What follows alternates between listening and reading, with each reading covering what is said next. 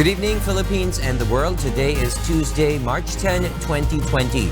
Join us for the next 45 minutes as we deliver today's top stories around the globe. I am William Theo, and here are the headlines.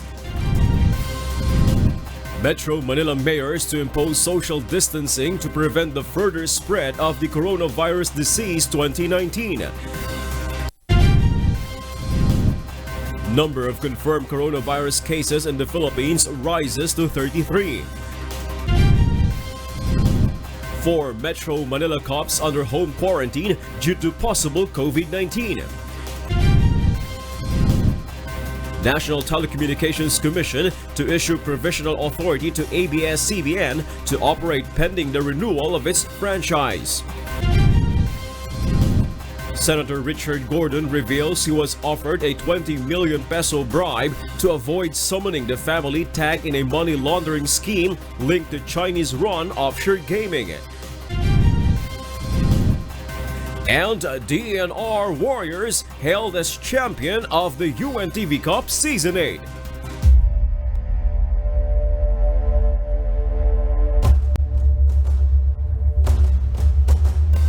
Metro Manila local chief executives do not see the need for an implementation of lockdown in the entire metropolitan.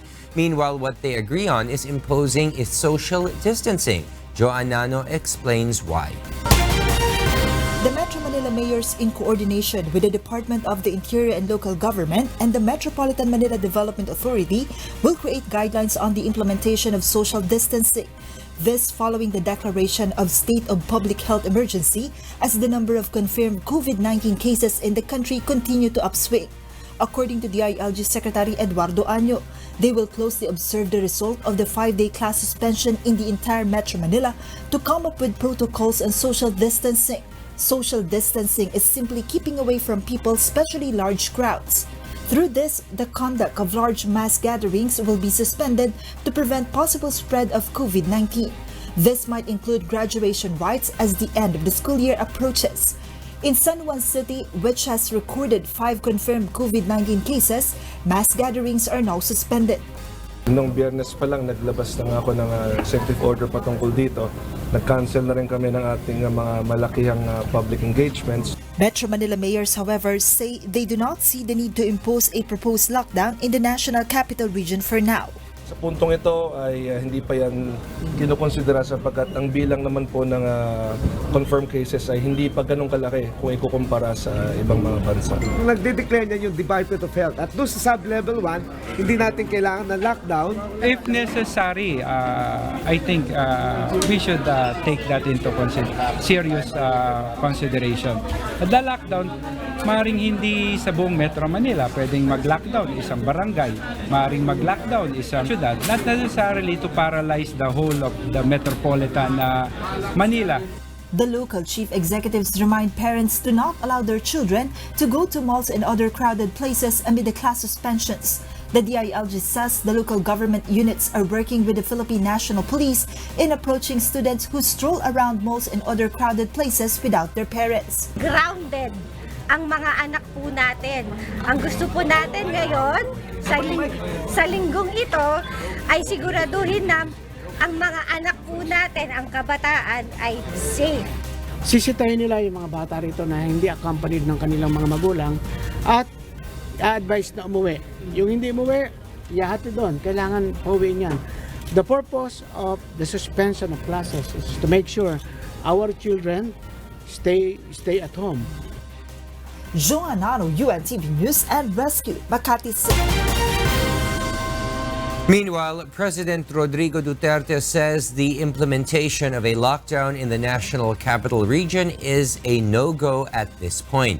It can be noted that Albay 2nd District Representative Joey Salceda has earlier proposed such lockdown to curb the spread of COVID-19. But when will the national government implement a lockdown of an area amid the coronavirus outbreak? Aiko Miguel reports. The Department of Health maintains that there is still no need at this point to implement a lockdown in the entire National Capital Region to contain the coronavirus. According to the Health Department, a lockdown is necessary when the alert status reaches Code Red Sub-Level 2. Ngayon, nasa sub-level 1 po tayo. So wala pa ho tayo doon sa estado na kailangan na natin mag-lockdown. Pag nagpunta ho tayo doon sa sub-level 2 ng Code Alert Red natin na sinatawag, dito po ay meron na ho tayong sustained community transmission. Yun po yung ating trigger para magsabi na pwede na ho tayong gumamit nitong mga strategic interventions na ito katulad ng lockdown. What is the scenario of a community transmission? The main determinant para masabi mong may community transmission ka kapag ang mga kaso mo ay hindi na linked to each other. Once na makita natin na meron kahit isa na walang link dito sa 20 natin na mga kaso, this will trigger the declaration of sustained community transmission. A lockdown means entry and exit points in an area will be closed. The supply chain in an area on lockdown will be affected, including the supply of food, produce, rice, and meat. Transportation will be limited as well as access to other parts of the country. Aiko Miguel, UNTV News and Rescue, Manila. Italy has been put under a dramatic total lockdown as the coronavirus spreads in the country. Prime Minister Giuseppe Conte announced that he is extending restrictions already in place in the north. Nina Armilio will tell us why. A nationwide lockdown began in Italy on Tuesday in an unprecedented and unexpected new attempt to beat coronavirus in Europe's worst affected country. Prime Minister Giuseppe Conte said that measures introduced just 2 days ago in much of the north were no longer sufficient after a jump in deaths tied to the highly infectious disease, and said the entire nation had to make sacrifices to stop its spread. La decisione giusta oggi. The right decision today is to stay at home. Our future and the future of Italy is in our hands. These hands have to be more responsible today than ever before. Italy's 60 million people will only be able to travel for work, medical reasons, or emergencies until April 3. All schools and universities, which were closed nationwide last week until March 15, will now not reopen before next month. The contagion only came to light near Italy's financial capital Milan in February 21. Since then, there have been some 9,172 confirmed cases and 463 deaths, putting the national health system under massive strain. Conte said all outdoor public gatherings would be forbidden and announced that all sports events, including top-flight Serie A soccer matches, would be suspended, throwing the closely watched championship into disarray. We don't have any time. The numbers are showing that there has been a significant growth in infections, people in intensive care, and deaths. Our habits have to change right now. We must give things up for Italy. Struggling to contain the outbreak, Italy imposed strict controls on travel from the northern region of Lombardy and parts of neighboring Veneto, Piedmont, and Emilia-Romagna on Sunday. An estimated 70,000 Filipinos have been affected by the lockdown imposed over 4 regions in Italy on Sunday. The government has already ordered cinemas, theaters, and museums to close and told shops and restaurants to ensure that patrons remained at least a meter apart. All restaurants and bars will now have to close at 6 p.m. and all alpine ski resorts will shut. However, public transport would remain operational throughout Italy. Nina Armilio, UNTV News and Rescue. The World Health Organization warned there was now a very real threat that the new coronavirus outbreak will become a pandemic, but stressed the virus could still be controlled. Kath Dumaraos details why. The threat of a global pandemic is rising as the new coronavirus rapidly spreads across the world from Asia to Europe, the Middle East, and the Americas. Now that the virus has a foothold in so many countries, the threat of a pandemic has become very real. World Health Organization officials said while the virus is slowing in China, where it originated in December, it's picking up pace across other parts of the world, spreading to more than 100 countries with more than 111,000 confirmed COVID-19 cases. But he stressed, even if we call it a pandemic, still we can contain it and control it. It would be the first pandemic in history that could be controlled. We're not at the mercy of the virus. He pointed out that the situation varied widely in the 100-odd countries that have so far registered cases, with 93% of all cases being located in just 4 states. He said 79 countries had registered fewer than 100 cases, and more than half of those had seen fewer than 10 infections. At the same time, in China, where more than 80,000 cases have been recorded since the outbreak began there in December, the country appears to be bringing the epidemic under control, Tedros said. The WHO last week estimated it kills 3.4% of all those infected. For infected people aged over 80, the fatality rate appears to be higher than 20%, according to a report from an international expert mission to China last month. Tedros also slammed those who might suggest simply letting the virus run its course, pointing out that for the elderly and weak especially, it is very fatal. The rule of the game is never give up. We shouldn't accept to live with it, and we should give it our best, and we can win this battle. The rule of the game is never give up. Kat Dumaraos, UNTV News and Rescue. And now let's get the latest tally of the coronavirus cases around the world. The viral outbreak that began in China has now infected 457 people globally in 115 countries. Mainland China still has the overwhelming majority of cases of the infection, which has reported 80,756 cases and 3,136 deaths. Cases of COVID-19 have soared in Italy, making it the most infected country next to China, with 9,172 confirmed cases and 463 fatalities. The country has now imposed a lockdown to arrest the spread of the virus. Confirmed cases in South Korea is now 7,513 confirmed and 54 deaths. In Iran, meanwhile, the cases jumped to 7,161 with 237 fatalities.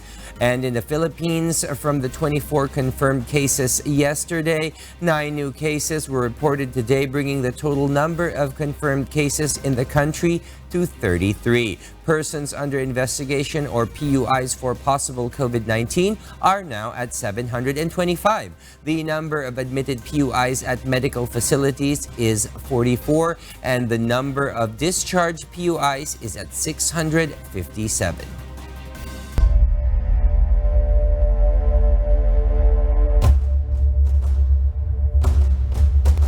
Welcome back. 4 Metro Manila cops are now being monitored for possible COVID-19. Should they test positive for the disease, the QCPD gym will be used as their quarantine area. Meanwhile, the PNP leadership bans the overseas travel of its personnel. Leia Ilagan details why. National Capital Region Police Office Director Police Major General Debold Sinas confirms that 4 personnel of Metro Manila Police are presently under monitoring and subject to home quarantine due to COVID-19. One of them is police staff sergeant assigned in the police community precinct in Green Hills, San Juan City. According to Sinas, the Green Hills precinct commander went to a prayer room in Green Hills during the hostage drama last March 2. The same prayer room is where the country's case number 6 frequented. Ngayon ay nag-self-quarantine na rin siya, tapos minomonitor directly ng Regional Health Service ang status niya. 2 non-uniformed personnel had recently traveled to Japan. One of them is assigned as district personnel head of the Eastern Police District. The other is assigned in Marikina City Police Station. One police lieutenant colonel developed fever and sore throat after his wife traveled to Japan. Sinas explains if the 4 NCRPO personnel test positive for the disease, the Quezon City Police District gym might be used as the quarantine area. The NCRPO already has the names of the close contacts of the 4 NCRPO personnel. Pwede sila doon 14 days, we just provide some food sa kanila. Kung wala naman, ay pwede na silang umuwi. Because of this, the PNP leadership imposes a travel ban abroad on all PNP personnel even if the trip is work-related or for personal errands. SINAS ensures their Quick Reaction Team or QRT is ready to help the DOH in contact tracing. The QRT is equipped with complete protective gear. The NCRPO is also ready to enforce checkpoints and guard the exit and entry points in Metro Manila in case the President declares a lockdown in the National Capital Region. We have identified some mga entrance saka exits na mga roads. Kung mag-lockdown talaga, is yun yung lalagay kami ng mga checkpoints na huwag lumabas, huwag papasok. As of today, the national government has not declared a need for lockdown. Leia Ilagan, UNTV, News and Rescue, Quezon City. Meanwhile, Malacanang insists the government is prepared to combat coronavirus disease 2019. The public has nothing to be scared of despite the rising number of positive COVID-19 cases, the palace says. Rosalie Cos tells us why. There are some who criticize the statements made last night by President Rodrigo Duterte on the government's preparedness in response to COVID-19. Some critics say such statements reflect the government's incompetence amid the health emergency. But the palace once more insists that the government is well prepared to combat the deadly virus. To my understanding, it's a kit that can be distributed to the different health workers and they can do it.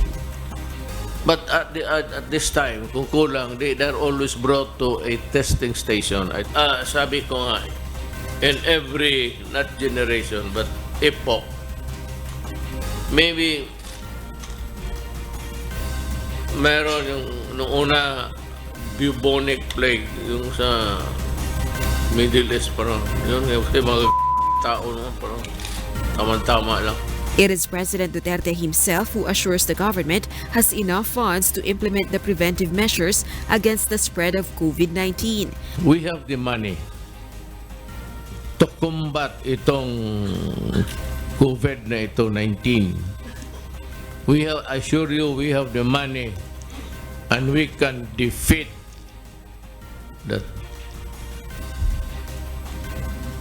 virus na yan.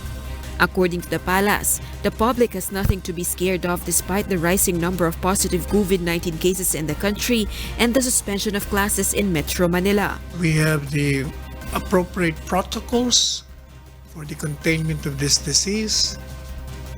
The Secretary of the Department of Health has assured us that all the established measures in tracing, treatment, testing, nandun lahat eh. Even yung mga testing devices, meron na tayong mga darating. Meanwhile, the government is studying a proposal to release more particular details about the COVID-19 positive patients, including the places they had visited in relation to the data privacy law. Rosalie Cos, UNTV, News and Rescue.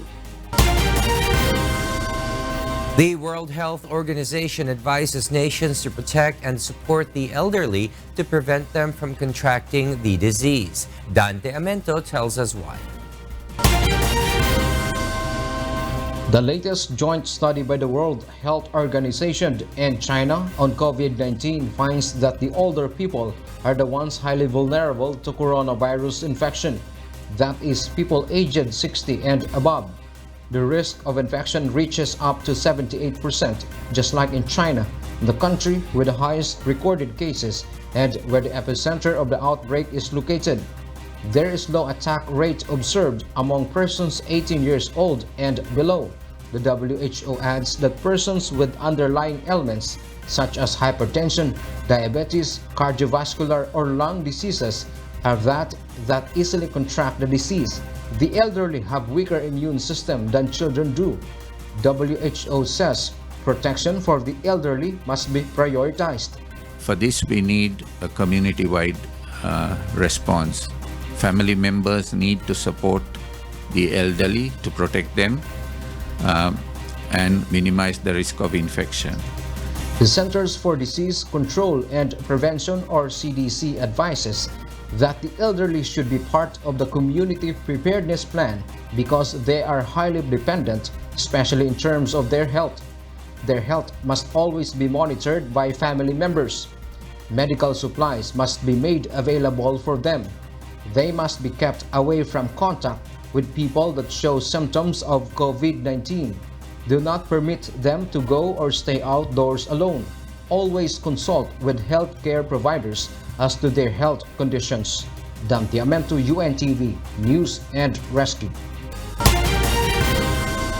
The Department of Health says there are only 33 confirmed COVID-19 cases in the country and not 35 as first reported. Meanwhile, authorities begin to use gene sequencing on positive coronavirus cases. Aiko Miguel reports why. The Department of Health apologizes to the public for posting an erroneous report this afternoon regarding the total number of confirmed coronavirus cases in the country. There are only 9 additional cases as of today. This brings the total number to 33 and not 35. While we did our validation, we only found 9 new cases. So now we are correcting it, and again, we apologize. We have placed down or tinanggal na po namin yung post namin for this 35 para po malinaw ngayon. Case numbers 21 to 33 are all Filipinos. Their ages range from 28 to 69. 7 are females and 6 are males. Cases 21 to 23 and case 27 have no travel history abroad. Cases 28 to 30 have history of exposure to COVID-19 cases but have no travel history abroad. Case 24 and 25 are asymptomatic. They have been repatriated from Japan. The DOH is investigating their health conditions. Case 21 is isolated in Dr. Jose N. Rodriguez Memorial Hospital and Sanitarium. Case 22 is isolated in Cardinal Santos Medical Center. Case 23 has been transferred to San Lazaro Hospital. Case 24 is now isolated in St. Luke's Medical Center in Quezon City. Cases 25 and 26 are still in New Clark City. Cases 29 to 32 are isolated in the medical city. The DOH is now using gene sequencing to thoroughly determine the source of virus or where the virus was contracted from. The sequence of the genetic makeup nung sa isang tao para malaman mo, no, halimbawa ikaw ay galing kang Taiwan, doon ka nagkaroon ng kaso, kapag tinest ko yung katabi ko, makikita natin galing din bang Taiwan yung COVID na nakuha mo o galing dito sa isang pwesto. So kahit na yung kaso natin na dati pa, no, maari nating isama para malaman natin kung may relasyon siya dito sa mga bago nating kaso. The Food and Drug Administration has issued a certificate of exemption for the use of SARS-CoV-2 PCR detection kit. This kit will be used for field testing coupled with gene sequencing at the Philippine Genome Center. It will also aid in early screening of positive cases. Meanwhile, the DOH sees the possibility of community transmission but not at the moment. One part of a big area. Okay, so pag halimbawa, pwede mong sabihin, this is City A, this is City B, this is City C. And the whole area is one whole maybe region. Localized lockdown, I localize and I shut down only or lock down only City A, but not B and C. Kapag meron na ho tayong sustained community transmission, dyan na po papasok itong strategiya na ito na pwede nating i-employ. Aiko Miguel, UNTV News and Rescue, Manila. The Department of Health will publicize the information they have on the new COVID-19 cases in the country. Aiko Miguel clarifies why. The national government prioritizes public health and safety. Because of this, the Department of Health will release information on the new coronavirus cases in the Philippines. According to Health Assistant Secretary Maria Rosario Vergere, they will provide details that the local government may announce in their localities. Case 11 is a 72-year-old Filipino with no travel history abroad. His symptoms include coughing. He is now confined in the medical city. Case 12 is a 56-year-old Filipino who arrived in the country from the United Arab Emirates. He has fever and cough and is presently isolated in Makati Medical Center.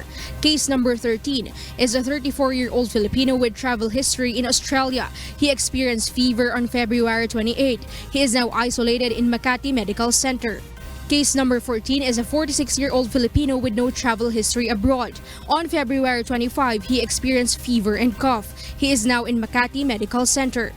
Case 15 is a 24-year-old male with travel history abroad as confirmed by the DOH. He experienced coughing on March 1. He is currently isolated in Makati Medical Center.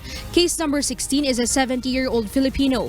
He had been exposed to a positive COVID-19 case. He experienced coughing, flu, and sore throat on March 1. He is isolated in UniHealth Parañaque Hospital and Medical Center.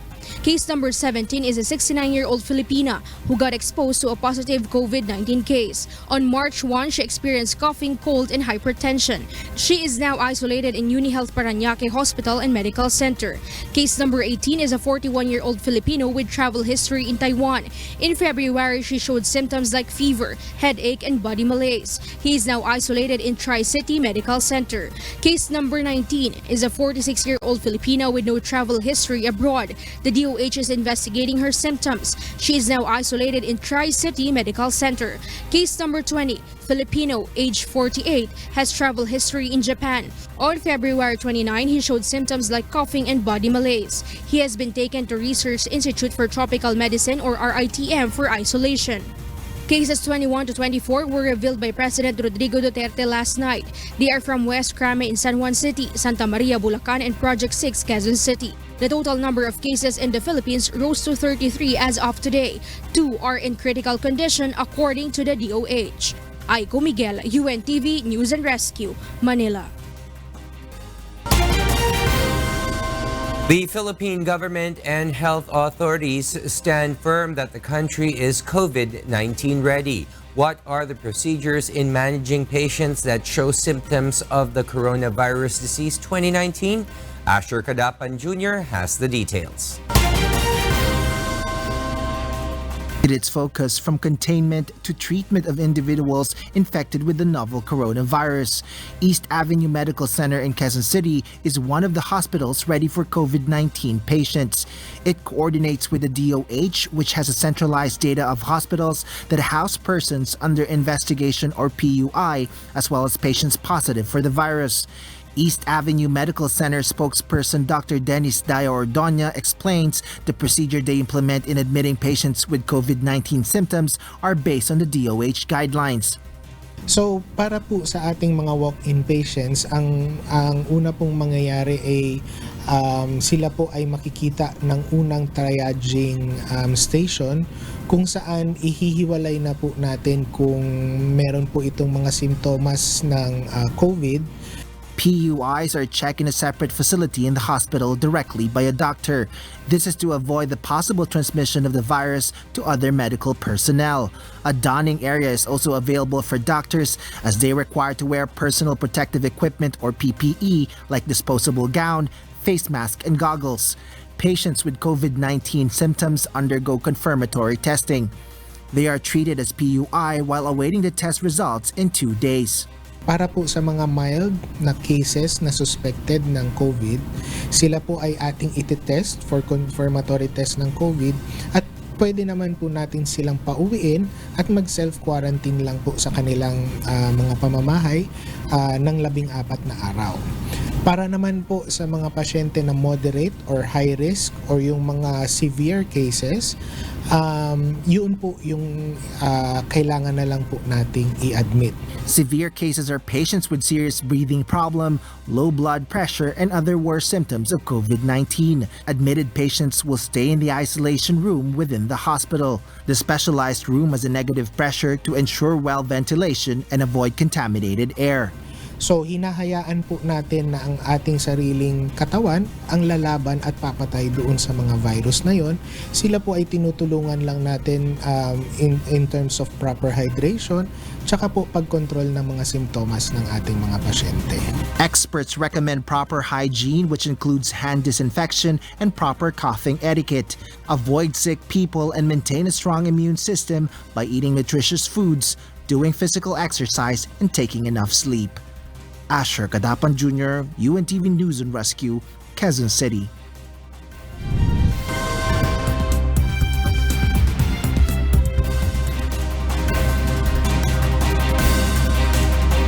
And for the news abroad. The White House insists President Donald Trump doesn't need a coronavirus test, despite several members of his political circle self-quarantining after they came into contact with a man later diagnosed with the disease. Beverly Sison details why. U.S. President Trump has not been tested for the novel coronavirus, the White House said in a statement late Monday, despite being in contact with multiple lawmakers who have since gone into self-imposed quarantine. The president appeared at a White House press briefing earlier Monday where he said the administration would propose a number of economic measures to try to stem the financial fallout of concerns about the virus, but he did not take any questions, including about whether he had been tested for the virus. Trump has been in contact in recent days with at least 3 people who have since gone into self-quarantine as a precaution after coming into contact with someone at the Conservative Political Action Conference who tested positive for coronavirus. Trump shook hands with Representative Doug Collins on Friday when the two toured the Centers for Disease Control and Prevention with other officials. Collins said Monday he was going into self-imposed quarantine.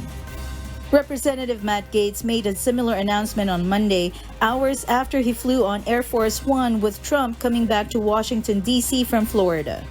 The president is an admitted germaphobe, and White House officials have said he is fastidious about washing his hands.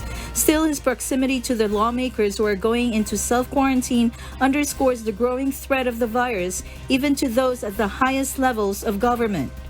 There are more than 600 confirmed cases of the coronavirus in the United States, including individuals who have been repatriated, and 22 people in the U.S. have died from the virus, according to data compiled by Johns Hopkins University. New cases are being reported daily. The District of Columbia and nearby Arlington and Montgomery counties have all confirmed their first known cases of the virus in recent days as well. Beverly Sison, UNTV News and Rescue, USA.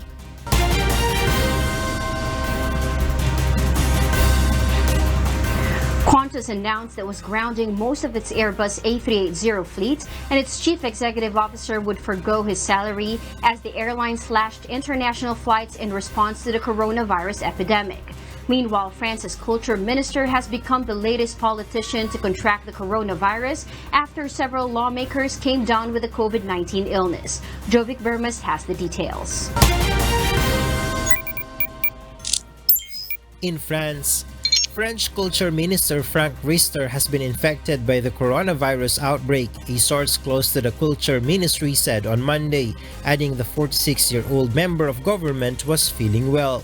It noted that Riester spent several days last week at the country's lower house National Assembly, where 5 virus cases were confirmed earlier. The Prime Minister's office said the rules for ministers with the virus are the same for all French people, including acting with caution and taking measures to minimize the chances of the disease spreading. The Culture Minister has not met French President Emmanuel Macron for several days, the source close to the Culture Ministry said. One of the European countries hit hardest by the coronavirus, France's tally reached 25 deaths and 1,412 cases on Monday evening. In Italy, prison inmates at the San Vittore prison in Milan on Monday took to the roof to protest against the suspension of family visits as authorities' effort to contain a coronavirus outbreak. Protests have broken out in prisons across the country, with 3 inmates dying after riots erupted at a prison in Modena, while 3 others from the prison had died after being transferred away from the prison. Limitations on direct contacts between inmates and their families will be valid until March 22nd, according to an emergency decree. Prisoners meeting with visitors will be allowed by phone or other remote methods. And in Australia, Qantas had been a sudden and significant drop in demand for flights, and that it must reduce the frequency of flights as well as the size of aircraft. As part of the cutbacks, Qantas will ground 38 aircraft, including 8 A-380s reroute services to London, flying via Perth instead of Singapore, ask staff to take annual leave and unpaid leave. Qantas CEO Alan Joy said while redundancies were a last resort, the chances meant about 2,000 jobs were now surplus to requirements. He also said the senior leadership team will take a pay cut of 30% in order to pull every lever that we can to make sure that the group gets through this environment. Jovic Bermas, UNTV News and Rescue.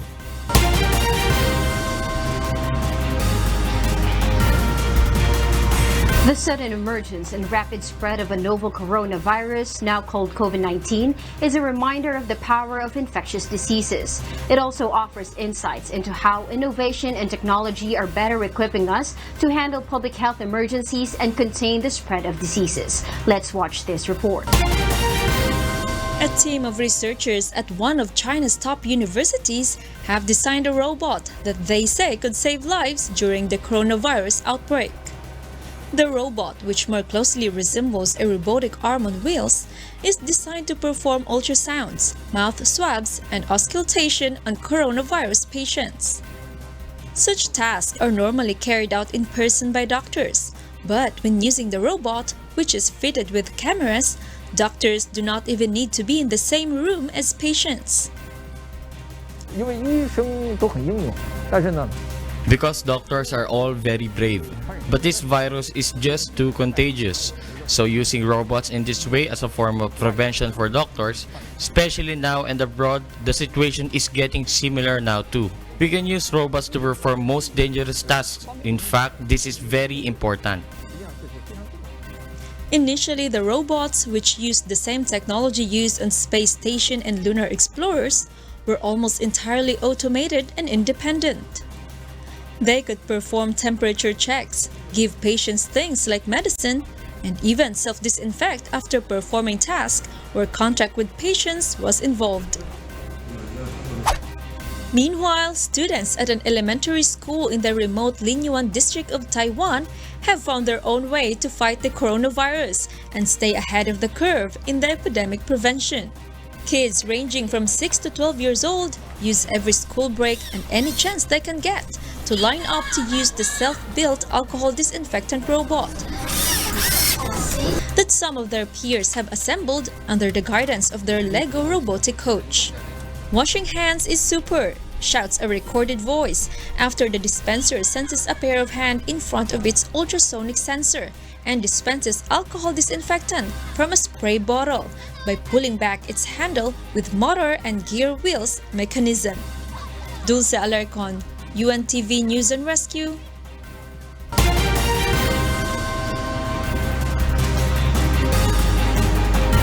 And that is latest from around the globe. I'm Kat Lumaraos. Good evening. Senate Blue Ribbon Committee Richard Gordon believes President Rodrigo Duterte had been misled as to the real information on the issue of money laundering allegedly connected to the pogo industry. Harleen Delgado reports why. President Rodrigo Duterte said last night that pogo-related money laundering is not true, noting he has acquired a list of deposits related to the activities. We are not justifying it. We are just saying that it is allowed because we need the funds. But yung speculation dyan sa mga senador na ginagamit ng laundering, mayroon kaming we have a listing of itong mga deposito nila. There is a report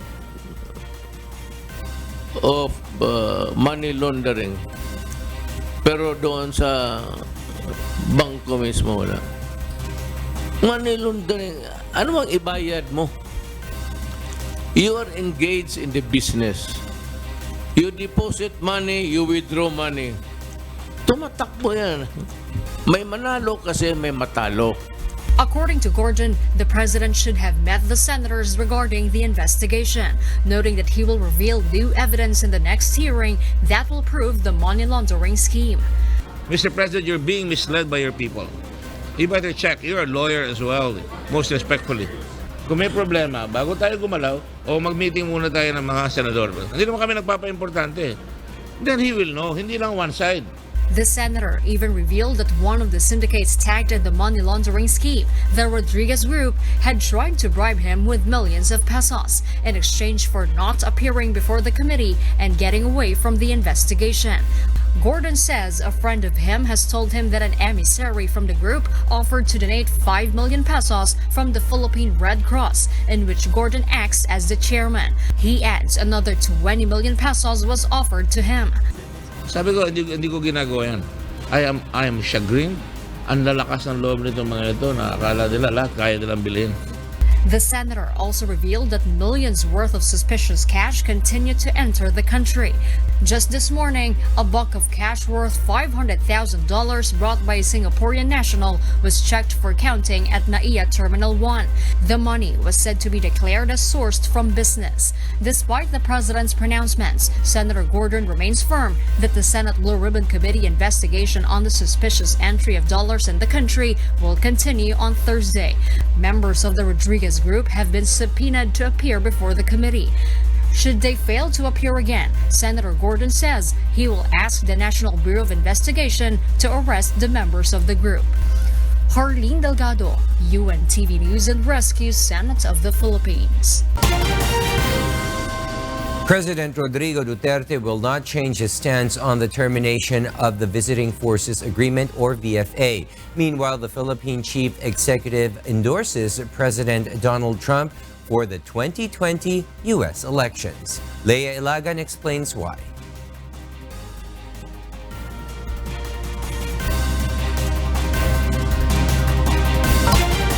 President Rodrigo Duterte's decision to terminate the Visiting Forces Agreement of the Philippines with the United States of America is final.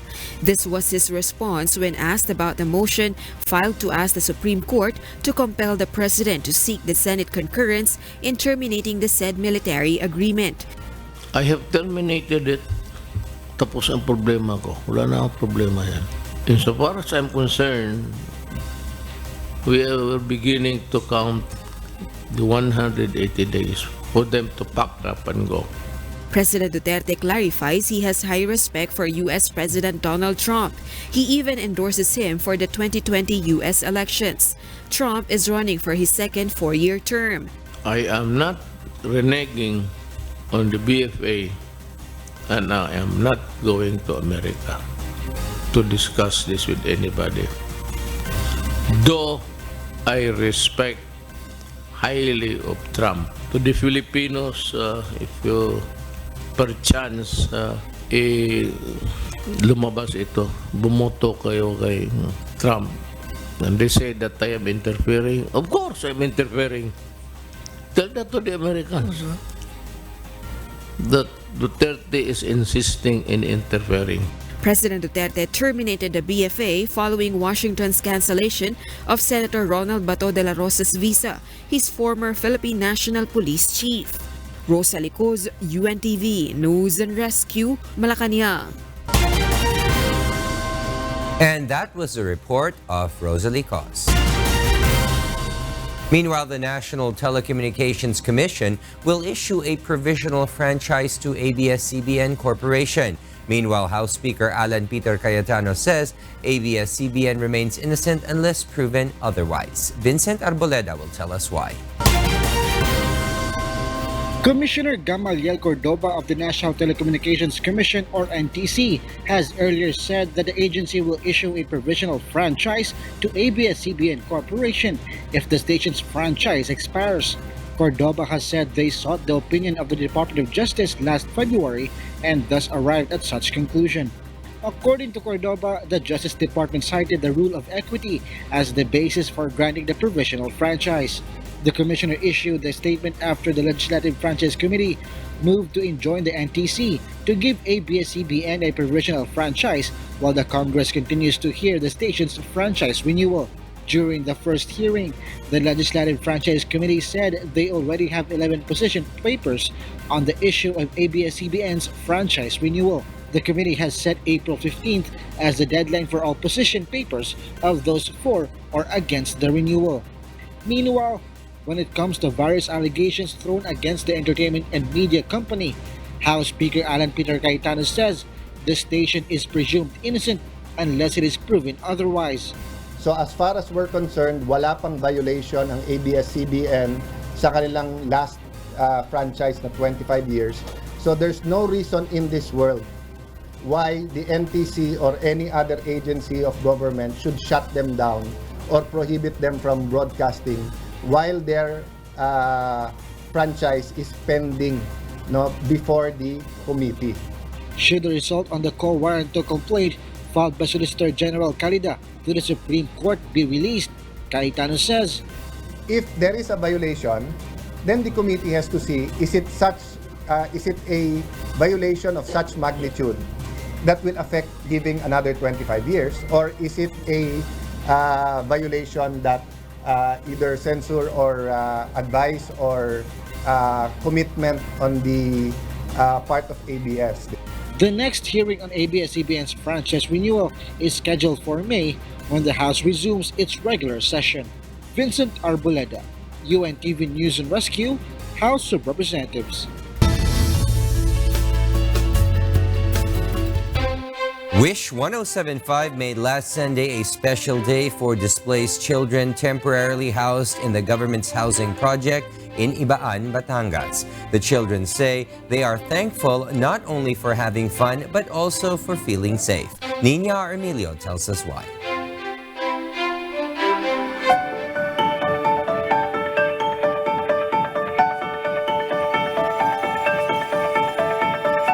Aside from medical mission, granting some of the wishes of evacuees in Ibaan, Batangas, and live performances on the Wish bus.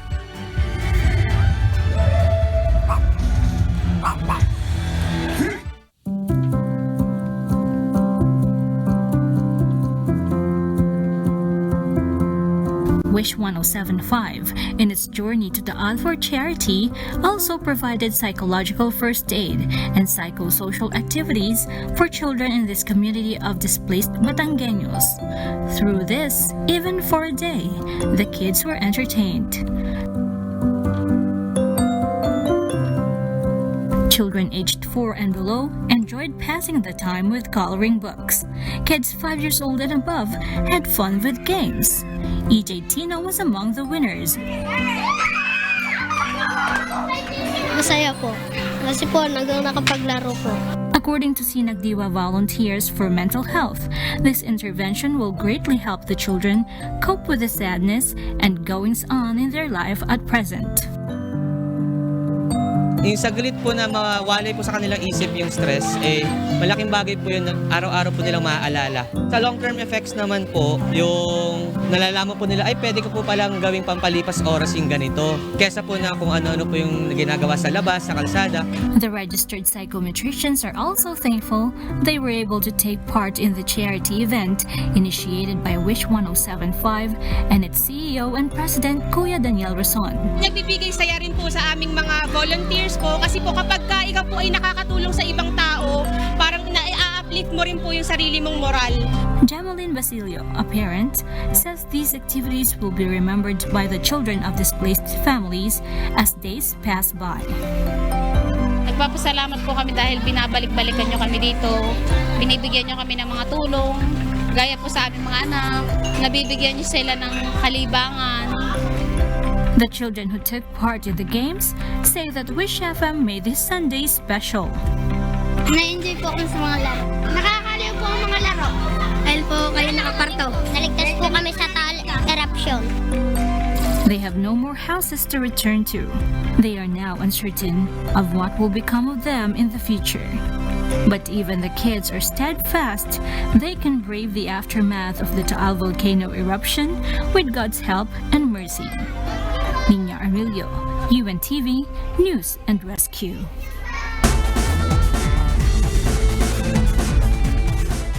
History was made last night in the League of Public Servants. The new champions are determined to defend the title in the season to come. Bernard Dadis reports why.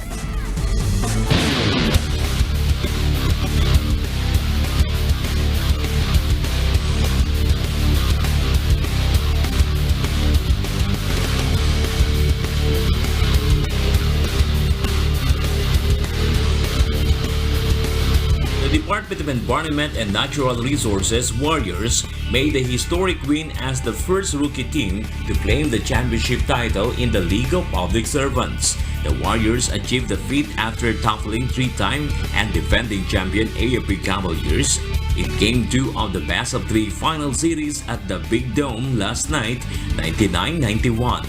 Ed Rivera led the Warriors with 24 points, 4 rebounds, and a block, which earned him the finals Most Valuable Player award. Rob Lansang contributed 22 points, Ryan Abanez added 20 points, and Archie Gamboa made 11 points. At nagpapasalamat ako sa mga players, coaching staff. Talagang ang dami nilang sakripisyo para rito. Hindi biro yung ginawa namin. For the Cavaliers, Boyet Bautista led with 29 points, Romeo Almerol with 17 points, Jerry Lumungsod 15 points, and Darwin Cordero 11 points. DENR coach Norlito Eneran said they will work even harder in the next season for a never-been-done-before back-to-back championship title. Bernard Dadis, UNTV News and Rescue.